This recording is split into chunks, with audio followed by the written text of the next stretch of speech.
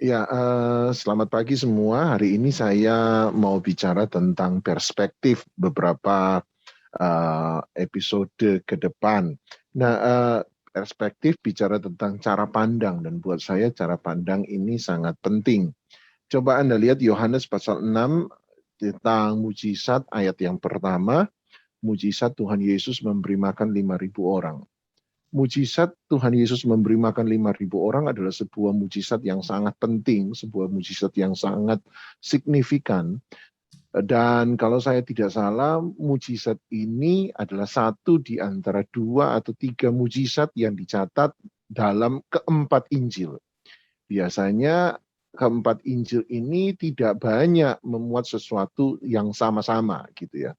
Artinya Anda boleh dapat satu catatan di Matius dan Markus, belum tentu Anda bisa dapatkan itu di Lukas. Anda dapatkan itu di Matius, Markus, Lukas, belum tentu juga ditulis oleh Yohanes. Atau apa yang ditulis oleh Yohanes atau Lukas, belum tentu Anda dapatkan di Matius dan Markus. Hanya sedikit mujizat yang ditulis bersamaan dalam empat Injil. Kalau saya tidak salah hanya sekitar dua atau tiga mujizat saja. Nah, mujizat Tuhan Yesus memberi makan 5.000 orang ini adalah satu di antara dua mujizat yang kalau saya tidak salah ditulis dari keempat Injil.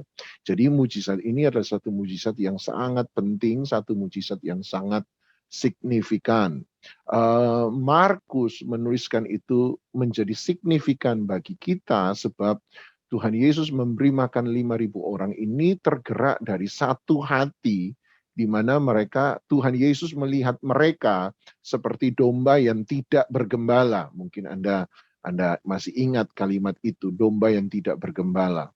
Dan kalimat domba yang tidak bergembala ini buat saya bukan kalimat yang tiba-tiba muncul, tetapi satu kalimat yang mengingatkan kita kepada keluarnya bangsa Israel dari Mesir. Kenapa? Sebab ketika bangsa Israel keluar dari Mesir, maka Alkitab berkata mereka keluar, bangsa ini keluar seperti domba yang digembalakan oleh Tuhan. Jadi Anda lihat ketika Tuhan Yesus mengatakan hari itu orang banyak seperti domba yang tidak bergembala, itu artinya bahwa orang Israel hari itu ada dalam sebuah perbudakan. Dan buat saya perbudakan yang dia maksudkan adalah perbudakan yang bukan lahir dari penjajahan Romawi, tetapi sesungguhnya lahir dari perbudakan agama itu sendiri, pemimpin-pemimpin agama. Nah, singkat cerita gini, mari kita lihat Yohanes pasal 6 ayat 1. Saya sudah coba memberi latar belakangnya pada Anda. Yohanes 6 ayat 1, sesudah itu Yesus berangkat ke seberang danau Galilea, yaitu danau Tiberias.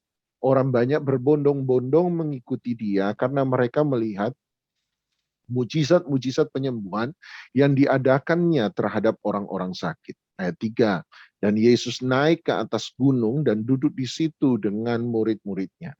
Ayat 4, dan Paskah, hari raya orang Yahudi sudah dekat. Ayat 5, ketika Yesus memandang sekelilingnya dan melihat bahwa orang banyak berbondong-bondong datang kepadanya, berkatalah dia kepada Filipus, di manakah kita akan membeli roti supaya mereka ini dapat makan? Ayat 6. Hal itu, catat baik-baik, hal itu dikatakannya untuk mencobai Filipus, sebab ia sendiri tahu apa yang hendak dilakukannya. Ayat 7. Jawab Filipus kepadanya, roti seharga 200 dinar tidak akan cukup untuk mereka ini, sekalipun masing-masing mendapat sepotong kecil saja. Sampai di situ. Nah, saya tertarik dengan ayat 6. Anda lihat satu kali Tuhan Yesus dan murid-muridnya sebenarnya mau menyendiri, tetapi orang banyak mengikuti dia. Yohanes harus memberi catatan tambahan bahwa hari itu dekat dengan hari Paskah. Artinya, biasanya orang Yahudi kalau dekat hari Paskah, maka orang Yahudi yang di luar Yerusalem itu akan berusaha datang ke dalam kota Yerusalem. Jadi biasanya mereka yang di luar daerah Israel, bahkan mereka yang ada di pelosok-pelosok, semua akan berkumpul di sekitar Yerusalem. Jadi hari itu penduduk di Yerusalem itu lebih banyak daripada biasanya, sebab ada banyak pendatang. Dan berarti hari itu ada satu kerumunan besar. Dan mereka berjumpa dengan Yesus, mereka disembuhkan oleh Yesus, ayat 2, dan mereka terus mengejar Yesus, terus mengejar Yesus. Dan Yesus yang tadinya berencana untuk menyendiri dengan murid-muridnya, ketika melihat orang banyak itu, dia berbelas kasihan kepada mereka. Hari sudah mulai petang, kemudian dia bertanya kepada Filipus. Dan Alkitab berkata bahwa pertanyaan itu bukan karena Tuhan tidak tahu harus berbuat apa, tetapi Alkitab berkata sebab dia hendak mencobai Filipus. Nah, untuk menyamakan istilah, sebab Alkitab berkata Tuhan tidak pernah mencobai, maka saya mengganti kata mencobai dengan kata menguji. Sebab Anda lihat pencobaan dan ujian sekalipun fungsinya sama, tetapi tujuannya berbeda. Sekali lagi ya, pencobaan dan ujian sekalipun kelihatannya sama, fungsinya sama, tetapi tujuannya berbeda. Pencobaan dan ujian itu seperti iman dan ketakutan buat saya. Sebab Anda lihat iman dan ketakutan itu bekerja dengan cara yang sama, tetapi menuju pada arah yang berbeda. Sekali lagi ya, iman dan ketakutan buat saya itu bekerja dengan cara yang sama, tetapi membawa kita kepada arah yang berbeda. Kok bisa Pak, iman dan ketakutan bekerja pada cara yang sama? Ya, sebab waktu Ayub mengalami masalah, Ayub berkata, apa yang kutakuti, justru itu yang menimpa aku. Menariknya Tuhan Yesus ketika berjumpa dengan orang sakit, dia berkata, menurut imanmu terjadilah. Artinya begini, bagi Alkitab kalau Anda takut, maka apa yang Anda takuti itu akan jadi. Sementara juga di satu sisi yang lain, kalau Anda percaya, maka apa yang Anda percayai juga akan terjadi. Jadi Anda lihat iman dan ketakutan itu bekerja dengan cara yang sama, hanya arahnya berbeda. Iman membawa kita kepada kehidupan dan kemenangan, keberkatan, kelimpahan, sementara ketakutan membawa kita kepada kematian dan kebinasaan. Demikian pula dengan pengujian dan pencobaan buat saya. Ujian dan pencobaan bekerja dengan cara yang sama, sebab dia punya fungsi yang sama. Tetapi dia punya motivasi yang berbeda. Anda lihat bahwa ujian dan pencobaan itu berfungsi, bekerja untuk menyatakan kesalahan. Ujian berfungsi seperti apa? Ya, ujian itu adalah untuk melihat kesalahan seseorang. Pencobaan juga untuk melihat kekurangan kesalahan seseorang. Perbedaannya adalah ujian itu ketika kesalahan kita, kelemahan kita dinyatakan, maka ujian ada untuk membuat kita menjadi lebih baik daripada sebelumnya. Ujian ada untuk menunjukkan kelemahan kita supaya kita bisa memperbaiki kelemahan dan kesalahan kita. Sementara pencobaan sama juga menyatakan kelemahan dan kekurangan kita. Tetapi pencobaan itu ada ketika kelemahan dinyatakan, kekurangan kita dinyatakan. Maka pencoba akan mengambil kekurangan dan kelemahan kita untuk menghancurkan kita. Sekali lagi ya, ketika kita mengalami ujian, ujian itu ada untuk menyatakan kesalahan dan kelemahan kita, apa yang kurang dalam hidup kita. Tetapi setelah kelemahan kesalahan kita dinyatakan, maka sang penguji akan menggunakan kelemahan dan kesalahan kita untuk memperbaiki segala kelemahan dan kesalahan kita. Supaya kita jadi lebih baik daripada sebelumnya. Sementara ketika pencobaan bekerja dalam hidup kita, sama dia menyatakan kelemahan kita. Tetapi ketika kelemahan kita dinyatakan, maka sang pencoba akan menggunakan kelemahan kita untuk menghancurkan kita. Itukah sebabnya Alkitab berkata bahwa Tuhan tidak pernah mencobai, Tuhan itu buat saya menguji. Setan tidak pernah menguji, sebaliknya setan ada untuk mencobai. Tuhan menguji artinya dia menyatakan kesalahan kita, dia membuka kelemahan kita, supaya kemudian dia bisa berurusan dengan Anda dan saya, memperbaiki kelemahan dan kesalahan kita, dan kita menjadi pribadi yang lebih baik daripada sebelumnya. Tetapi setan mencobai ketika dia membuka kelemahan Anda, dia menggunakan segala kelemahan Anda, kekurangan Anda, rasa bersalah Anda, rasa kecewa Anda, rasa marah Anda, rasa kepahitan Anda, dan dia pakai itu untuk menghancurkan Anda dan saya. Nah, saya percaya bahwa hari itu Yesus bukan mencobai Filipus, bukan untuk menghancurkan Filipus, tetapi Yesus ada untuk menguji Filipus. Artinya untuk melihat kelemahan kita seberapa banyak. Untuk memperbaiki yang lemah dalam kehidupan kita. Nah, saya percaya kalau ujian ada untuk memperbaiki, maka sebelum seseorang diuji, maka orang itu perlu mengalami pembelajaran dari Tuhan. Setuju ya? Ujian ada selalu setelah pelajaran disampaikan. Kalau ujian sebelum pelajaran disampaikan itu bukan ujian, itu pencobaan. Saya. Jadi Anda lihat bahwa ujian ada sebelum pelajaran, setelah pelajaran diberikan. Jadi artinya Tuhan Yesus harus lebih dahulu memberi pelajarannya sebelum Tuhan Yesus menguji Filipus. Nah, pertanyaannya dalam Yohanes pasal 6, di mana pelajaran itu diberikan?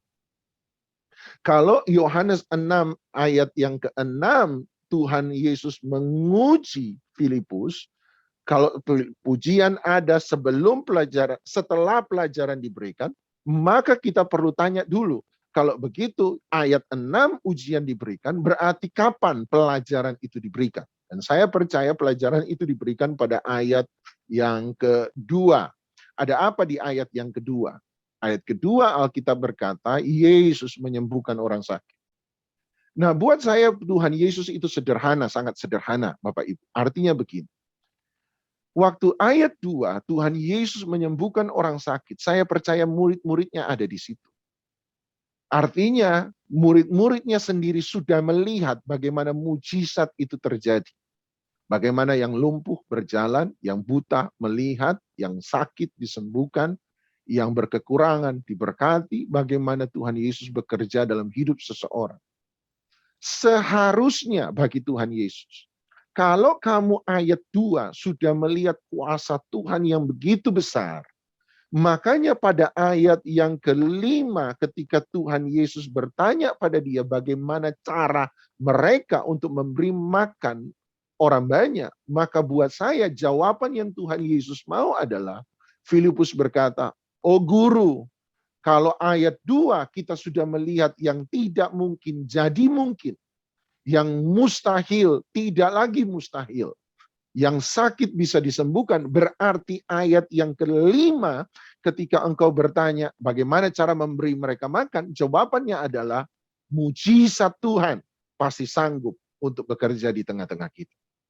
Tapi persoalannya adalah pada ayat yang kelima ketika Tuhan Yesus bertanya bagaimana cara memberikan mereka makan, ayat ke-6 Filipus justru menjawab, ayat yang ke-7 Filipus justru menjawab uang 200 dinar. Anda lihat, dia baru saja ayat kedua melihat bagaimana Tuhan memberi kuasa supranatural, penyediaan Tuhan dalam hidup seseorang. Ayat yang kelima ketika ditanya bagaimana engkau menghadapi hari besok, bagaimana engkau menyelesaikan persoalan hari ini, tiba-tiba dia bukan belajar bergantung pada Tuhan, tetapi dia justru masih belajar bergantung kepada uang yang dia miliki, kepada keadaan di sekitar dia. Mujizat ada, bagi saya berarti mujizat ada untuk menjadi pelajaran sebenarnya, untuk mengajarkan kita sesuatu. Ketika Anda dan saya menerima mujizat, tetapi mujizat itu tidak membuat kita lebih percaya pada Tuhan sungguh-sungguh. Kalau Anda dan saya menerima mujizat, tetapi mujizat yang kita alami tidak membuat kita semakin bergantung kepada Tuhan. Kalau Anda dan saya mengalami mujizat, tapi mujizat yang pernah kita alami tidak membuat kita semakin percaya, semakin setia, semakin mengenal Tuhan, maka sebenarnya kita gagal untuk mempelajari mengapa mujizat itu ada dalam hidup kita. Mujizat ada bukan hanya sebagai jawaban akhir dari doa seseorang, tetapi mujizat ada sebagai pelajaran untuk mengajarkan kita tentang Tuhan. Sekali lagi, menerima mujizat tetapi tidak membuat kita di kemudian hari semakin percaya pada Tuhan, semakin setia pada Tuhan, semakin mengandalkan Tuhan. Itu membuat kita gagal mempelajari mengapa Tuhan memberi mujizat itu pada kita. Itu yang terjadi dengan Filipus. Kalau saya Tuhan Yesus, saya berkata, ayat 2, kamu baru melihat yang lumpuh berjalan. Ayat 2, kamu baru melihat yang mati dibangkitkan. Ayat 2, kamu baru melihat orang buta melihat. Mengapa engkau tidak bisa percaya bahwa Tuhan yang buat mujizat itu di ayat 2 adalah Tuhan yang sama, yang kuasanya tidak pernah berubah dan sanggup untuk buat mujizat memberi makan 5.000 orang. Oleh sebab itu hari ini saya mengingatkan kepada Anda dan saya, mari kita rubah perspektif kita dan supaya kita belajar melihat sesungguhnya apa yang Tuhan mau coba sampaikan pada kita. Itu sebabnya sebagai guru yang baik, ketika pelajaran itu gagal untuk diterima, dimengerti oleh muridnya, dia harus mengulang kembali pelajaran yang dia berikan. Supaya murid-muridnya, dalam hal ini Filipus, bisa mengerti apa yang coba dia ajarkan. Itu sebabnya ayat berikutnya kita temukan Yesus sekali lagi buat mujizat. Tapi kali ini Anda lihat yang menarik adalah kali ini mujizat itu terjadi bukan di tangan Yesus, tetapi mujizat itu terjadi justru di tangan murid-murid. Kok Bapak bilang begitu? Saya percaya satu hal ini. Bahwa Yesus memberi makan 5.000 orang. Roti itu berlipat ganda, bukan di tangan Yesus. Tetapi roti itu berlipat ganda. Justru ketika murid-muridnya belajar membagikan roti itu kepada orang banyak. Sekali lagi ya. Kalau Yesus, roti itu harus berlipat ganda di tangan Yesus. Anda bayangkan berapa banyak kali Yesus harus membelah roti, memecah roti, dibagikan pada murid-muridnya. Harus dibagikan pada orang banyak. Dia belah, dia belah, dia belah, dia belah, dia belah, dia belah, belah. Terus selesai beri makan 5.000 orang, membelah roti, habis itu membelah ikan. Saya percaya ambulans angkat Yesus sebab tangan Yesus patah. Terlalu banyak yang harus dibelah. Itu sebabnya pelipat gandaan hari itu terjadi, saya percaya, bukan di tangan Yesus. Tetapi pelipat gandaan itu terjadi ketika murid-muridnya mulai membagikan roti itu kepada orang banyak. Coba lihat Anda perhatikan. Ada berapa murid inti Tuhan Yesus? Ada berapa? 12. Selesai memberi makan 5.000 orang, tersisa berapa bakul? 12 bakul. Ini tafsiran saya Bapak Ibu, tafsiran saya. Kenapa sisanya 12 bakul? Gampang. Sebab masing-masing rasul, itu masing-masing murid, disuruh bawa satu bakul.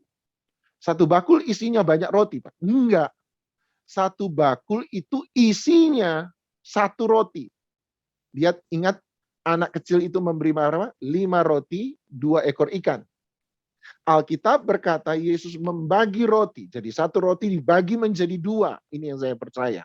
Satu roti dibagi menjadi 2. 5 ketur roti dibagi menjadi 2, masing-masing dibuat jadi 2, berarti ada berapa roti hari itu? 10. Sebab 5 dia bagi menjadi 2, ada 10 roti. Dia panggil 10 murid, masing-masing bawa satu bakul, tiap bakul dia isi dengan satu roti, satu roti, satu roti, satu roti, satu roti. Ada 12 rasul kan, ada 12 murid, 10 bakul sudah 10 murid sudah dapat satu roti. Sisa 2 murid dengan 2 bakul yang kosong. Isinya apa? 2 ikan. Ingat, Yesus tidak membagi ikan. Itu yang saya percaya. Tafsirannya adalah 2 yang tersisa, dia taruh satu ikan, kemudian dia berkata, bagi. Saya percaya hari itu murid-murid kebingungan. Mau bagi apa ini? Isi satu bakul, isinya setengah roti yang dipecahkan.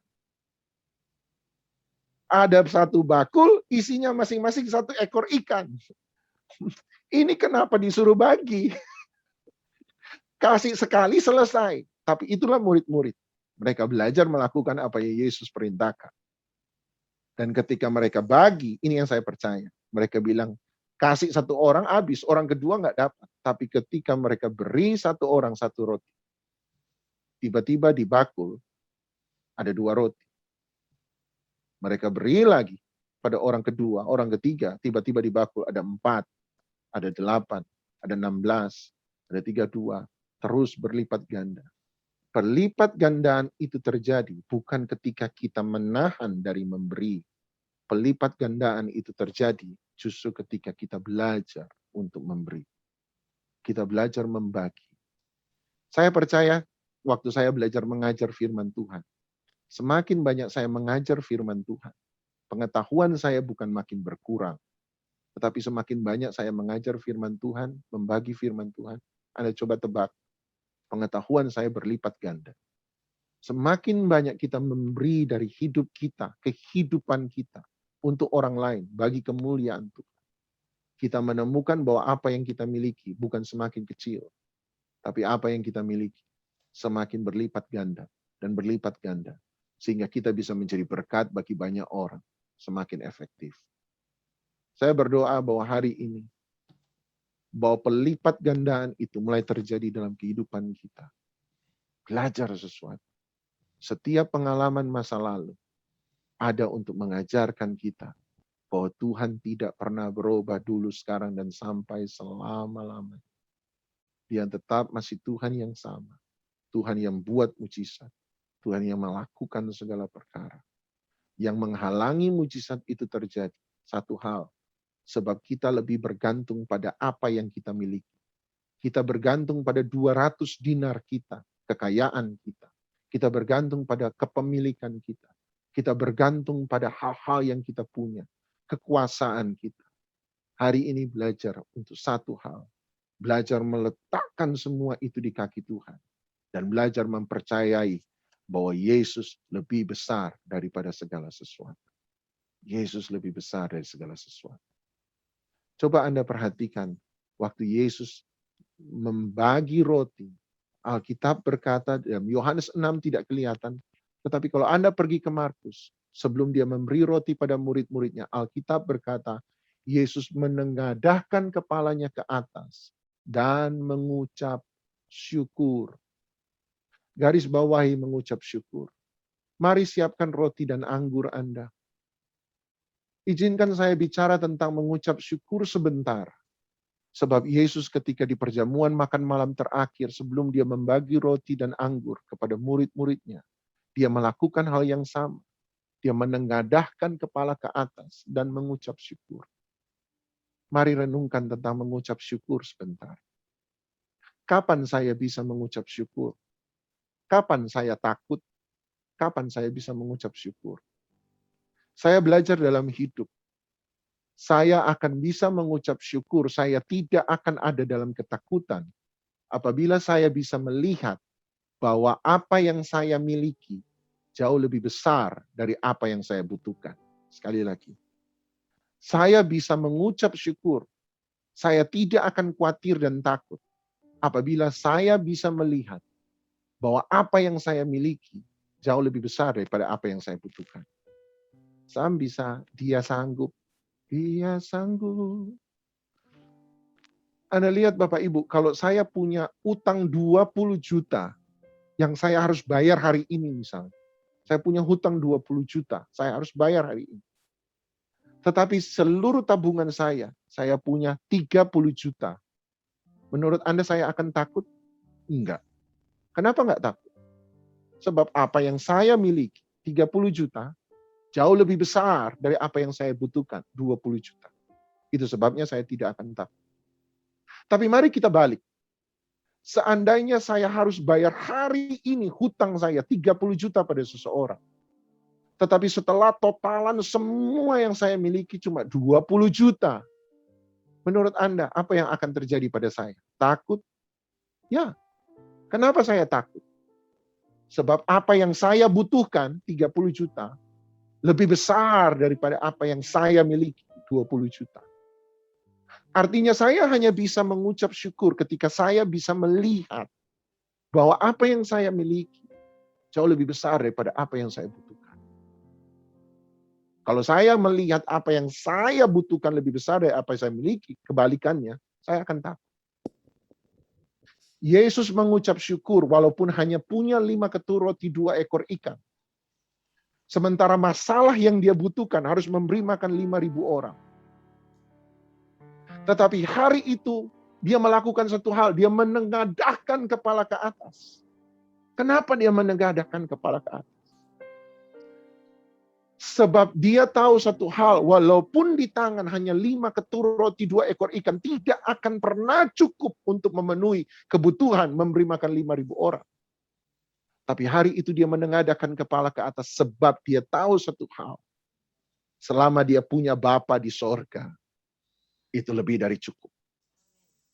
Sebab Bapa di sorga jauh lebih besar daripada kebutuhan 5.000 orang. Setuju?